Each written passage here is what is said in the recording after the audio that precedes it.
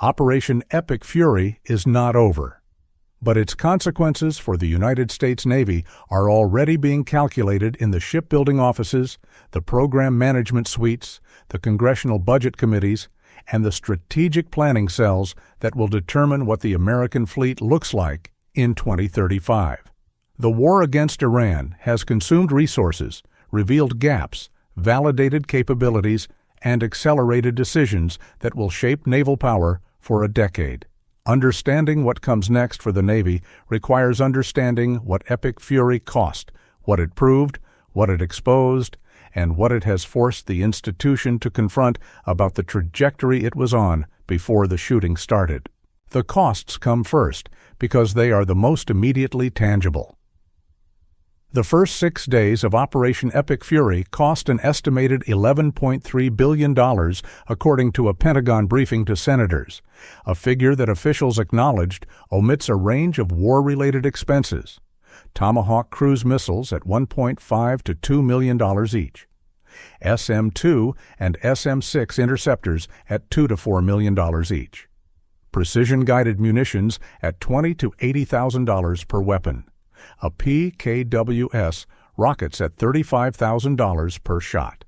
The sustained operational tempo of 3 carrier strike groups consuming aviation fuel at thousands of gallons per aircraft per sortie, multiplied across hundreds of sorties per day across weeks of operations.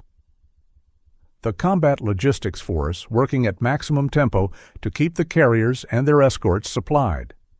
The cost is real, it is large, and it is coming out of a defense budget that was already strained by the munitions consumption of supporting Ukraine and by the operational demands of the Red Sea counter-drone campaign that preceded Epic Fury. The munitions inventory problem is the most acute near-term consequence of Epic Fury for the Navy's readiness to respond to a contingency elsewhere. The Tomahawk inventory consumed in strikes on Iran is not replaceable in months. Raytheon's production rate for Tomahawk missiles, the Block 5 variants that are the current production standard, is approximately 500 missiles per year. Against a campaign that has consumed Tomahawks by the hundreds, the time required to restore the pre-war inventory is measured in years, not months. The SM-2 and SM-6 missiles consumed in the counter-ballistic missile defense of the carrier strike groups face the same production rate constraint. The American munitions industrial base was already being pushed to its limits by Ukraine support. Epic Fury has pushed it further, creating a replenishment timeline that will affect American readiness in the Pacific for years after the Iran campaign concludes. The Navy's leadership is fully aware of this constraint. The Drone Dominance Initiative, announced before Epic Fury began, but accelerated by the operational experience of both the Red Sea campaign and the opening weeks of Epic Fury, is partly a response to the munitions inventory problem. Lucas drones at $35,000 to $40,000 are not cheaper than Tomahawks in absolute terms. They are cheaper per target, destroyed against the categories of target they can efficiently engage, and they can be produced in the hundreds of thousands on a timeline that precision cruise missiles cannot match. The War Department's call to industry for 300,000 to 340,000 small drones over approximately 2 years, with unit cost targets in the low thousands of dollars, is not a futuristic aspiration.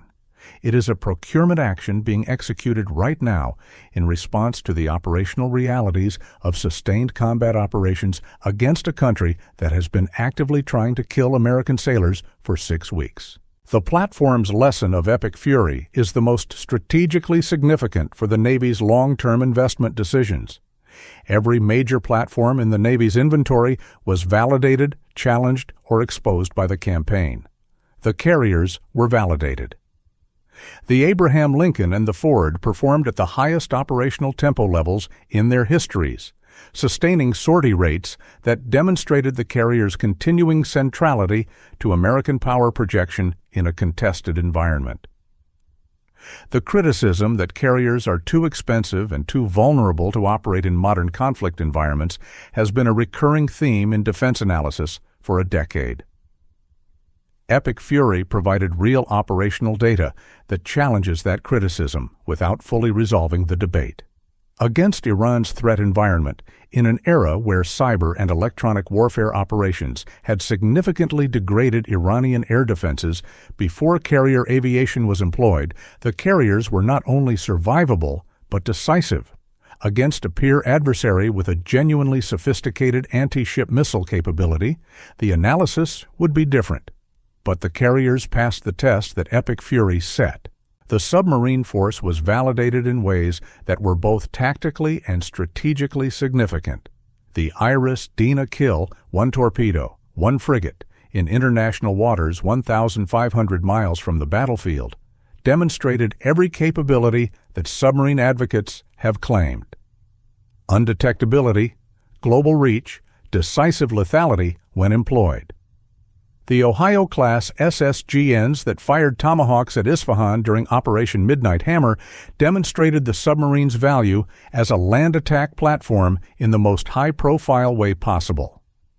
And the broader contribution of submarine-based intelligence collection to the targeting picture that enabled the precision and completeness of Epic Fury's opening strikes was invisible to the public but understood by every analyst who examined how CENTCOM knew what it knew before the first weapon was fired. The Arleigh Burke destroyer was validated as the indispensable surface combatant. Its vertical launch cells carried Tomahawks that struck land targets. Its Aegis system intercepted Iranian ballistic missiles. Its ASW sensors contributed to the maritime picture. Its helicopters conducted counter-drone operations.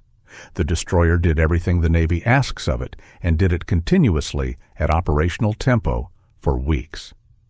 The criticism of the Arleigh Burke program has generally been that it is too expensive and that the Navy has too few of them to meet all of its global commitments.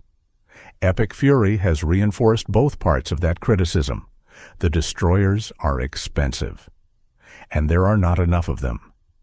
The need to concentrate 3 carrier strike groups in the Middle East left the Pacific covered by a single carrier and a significantly reduced destroyer force, a reduction that is measurable in deterrence terms, even if it has not yet been tested. The F-35C was validated in the limited but operationally meaningful sense of demonstrating its combat effectiveness against the specific threat environment of Epic Fury. An F-35C from the Abraham Lincoln shot down an Iranian drone on February 3rd. F-35Cs flew strike missions against Iranian targets throughout the campaign. Their 5th-generation capabilities were not fully exploited in an environment where Iranian air defenses had been significantly degraded before the aircraft crossed the border. But the aircraft's sensor fusion and situational awareness gave its pilots an operational picture that Super Hornet pilots in the same environment could not replicate. The Abraham Lincoln's experience of deploying an operational F-35C squadron alongside its Super Hornets and of demonstrating genuine combat effectiveness will accelerate the transition timeline at the institutional level, even if the acquisition program's schedule is not immediately changed. The directed energy story of Epic Fury is the one that will have the most significant impact on future acquisition decisions. Odin and Helios-equipped destroyers engaged drone threats at a cost measured in electricity. The APKWS guided rockets fired from helicopters and fixed-wing aircraft engaged threats at a cost of $35,000 rather than $2 million. The economic logic of directed energy and affordable munitions was demonstrated in real combat conditions in ways that no test program or exercise could have produced with the same credibility. The $7 billion unmanned systems investment for fiscal year 2026, with $3.7 billion going to the surface force, reflects a planning process that had already identified the directed energy and affordable munitions priority before Epic Fury began. The campaign has validated that priority in terms that will strengthen it in every subsequent budget cycle. The industrial base revelation of Epic Fury is the most uncomfortable for the Navy's long-term planning.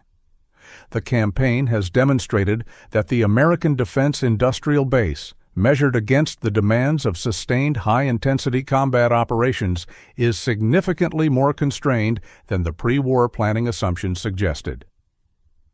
Tomahawk production at 500 per year cannot sustain a campaign that fires hundreds of missiles in the first week. SM-2 and SM-6 production at current rates cannot rebuild an inventory that took years to accumulate and weeks to consume. The submarine industrial base producing 1.1 Virginia-class boats per year against a planning target of 2 cannot meet the Navy's force structure requirements even in peacetime, let alone while managing a wartime surge in demand for submarine-based capabilities. The response to this revelation is already underway. The Drone Dominance Initiative represents the first element of a rebalancing of the munitions portfolio away from small quantities of very expensive precision weapons and toward large quantities of affordable systems that can be produced at scale. The industrial base investments in Electric Boat and Newport News represent a recognition that submarine production capacity is a strategic constraint that must be addressed with sustained investment rather than periodic contract actions. The Constellation-class frigate program, whatever its current difficulties, represents a commitment to expanding the surface force beyond the Arleigh Burke destroyer in ways that increase overall hull count without the cost of additional destroyers. The shipbuilding doom loop that defense analysts have identified as the Navy's most fundamental structural problem, the pattern where declining ship counts drive unit cost, increases that further reduce the number of ships the budget can support, which further reduces ship counts, has not been broken by epic fury. It has been made more visible and more urgent. The Navy has roughly 294 ships and submarines. China has roughly 370. China is building faster. The American shipbuilding industrial base, concentrated in a handful of shipyards that cannot be rapidly expanded, is already behind on its existing commitments before any wartime surge requirement is imposed. The Golden Fleet concept, articulated by Chief of Naval Operations Admiral Darrell Caudle, is the Navy's vision for how to address the quantitative gap without requiring the acquisition budget to fund a proportional increase in expensive crewed combatants. The Golden Fleet pairs manned ships with unmanned systems, using the unmanned platforms to extend the sensor reach, the weapons capacity, and the presence of the manned force without requiring additional manned crews for every additional hull. A carrier strike group that includes unmanned surface vessels providing anti-submarine sensor coverage, unmanned aerial systems providing long-range ISR, and autonomous underwater vehicles providing undersea surveillance has a larger effective operational footprint than a strike group of the same manned hull count without those unmanned augments. The target of 45% unmanned surface force by 2045 is the quantitative expression of this concept. The Pacific rebalancing that will follow the conclusion of epic fury operations in the Middle East is the most consequential strategic decision the Navy faces in the near term. 3 carrier strike groups have been committed to the Middle East theater. The Pacific, where the strategic competition with China is the Navy's central long-term concern, has been covered by a single carrier and a reduced surface force for the duration of the Iran campaign. When the carriers return from the Middle East, whether that is in weeks or months, or after the ceasefire and transition operations that will follow an eventual negotiated conclusion to the Iran campaign, the Pacific rebalancing will be the Navy's first priority. But returning carriers to the Pacific does not restore the pre-war strategic position because the pre-war strategic position itself was already inadequate.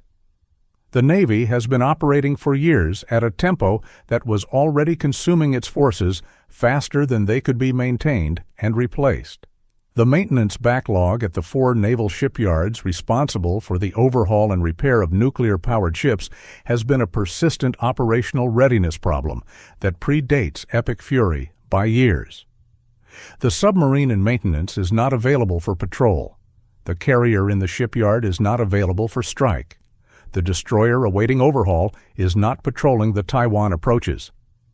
Every ship that is in maintenance longer than planned is a ship that is not available for the missions that the strategic competition with China requires. The F/A-XX program is where the tension between the immediate demands of Epic Fury's aftermath and the long-term requirements of the Pacific competition becomes most acute. The sixth-generation carrier fighter that is supposed to complement and eventually succeed, the F-35C, received $76 million in fiscal year 2026 funding, against a development requirement measured in tens of billions. Against an Air Force F-47N GAD program receiving $3.4 billion in the same budget cycle. The F/A-XX on $76 million is a program being kept alive rather than being developed. Every year of underfunding is a year of delay in the fielding of a capability that the threat environment of the late 2030s will demand. The next 10 years of American naval power will be defined by how the Navy navigates the simultaneous demands of recovering from Epic Fury's resource consumption, maintaining the Pacific deterrent with the forces available, and investing in the capabilities, the unmanned systems, the directed energy, the hypersonic weapons, the sixth-generation aviation, and the shipbuilding industrial base capacity that will be needed for the competition of the 2030s. These demands are not compatible within the current budget at the current spending levels. Something will have to give. Either the budget will increase, or the recovery will be slower, or the Pacific deterrent will be thinner, or the future capability investment will be deferred.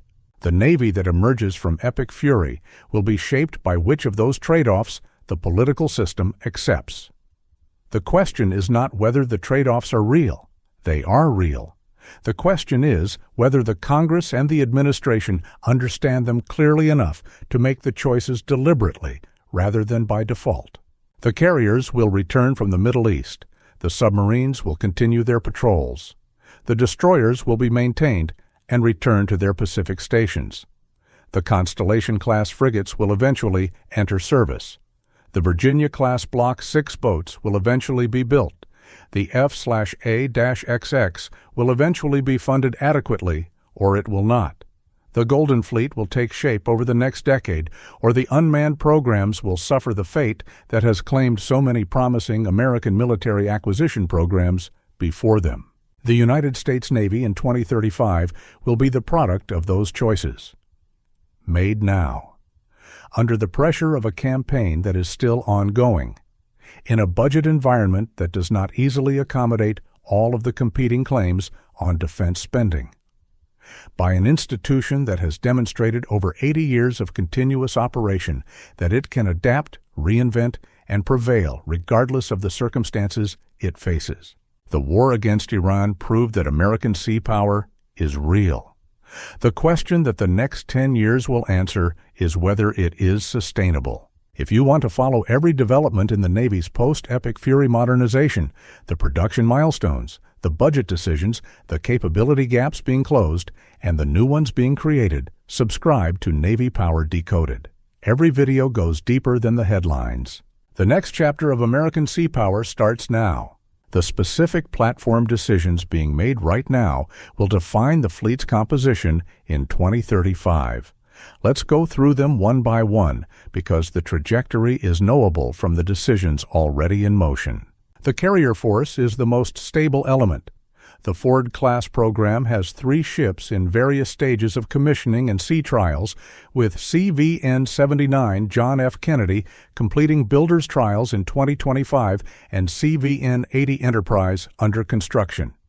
The carrier force will remain at 11 throughout the decade, with Nimitz-class carriers retiring as Ford-class ships commission.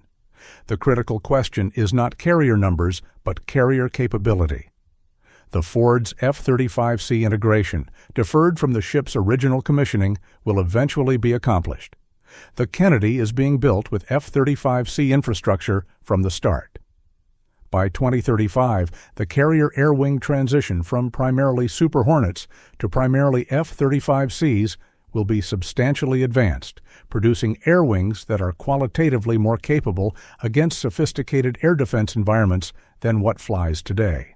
The submarine force faces the most acute trajectory problem.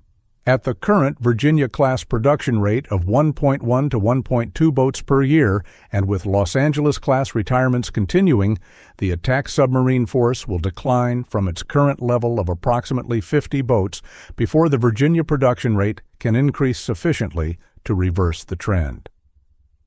The Navy's target of 66 Virginia-class boats by 2043 requires a sustained 2 per year production rate beginning no later than 2028. The industrial base investments of 2025 are designed to enable that rate. Whether they succeed in time to prevent a significant force level dip will be one of the most consequential industrial base questions of the decade.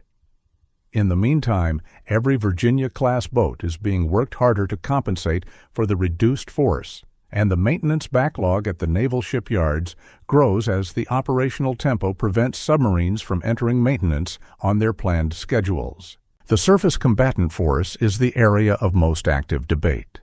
The Arleigh Burke destroyer remains the backbone, with Flight 3 variants entering service that add the air and missile defense radar, an upgraded sensor that significantly improves the ship's ballistic missile defense capability. The Constellation-class frigate, despite its current schedule delays, represents the first new frigate design since the Oliver Hazard Perry class retired. When it enters service in numbers, it will provide a less expensive alternative to the Arleigh Burke for the lower threat missions that currently consume destroyer deployments. The unmanned surface vessel fleet, from small patrol craft to medium displacement systems like the Sea Hunter and Sea Hawk, will grow dramatically through the decade as the $7 billion unmanned systems investment of fiscal year 2026 bears fruit. The aviation force transition has 3 layers. The F/A 18 Super Hornet production line closing in 2027 is a one-way door. Whatever Super Hornets exist when the line closes are the inventory the Navy has to work with until F-35C production replaces them. The F-35C production rate, currently constrained by the TR-3 Block 4 software delays, needs to accelerate to fill the Super Hornet gap on a timeline that doesn't create a capability shortfall. And the F/A-XX, on its current $76 million funding level, is not a program that will produce a combat-ready aircraft in the 2030s. The Navy's 6th-generation carrier aviation requirement will either be funded adequately and delivered in the late 2030s, or it will slip to the 2040s, leaving a period where the F-35C faces an evolved Chinese threat environment without the successor platform it needs. The directed energy and autonomous systems investment is the area of most rapid change. The Navy's unmanned systems inventory that was 4 small vessels in 2025 and 400 by the end of fiscal year 2025 is projected to reach 500 small unmanned surface vessels by 2027 and to constitute 45% of the surface force by 2045. That is a transformation of what a carrier strike group looks like.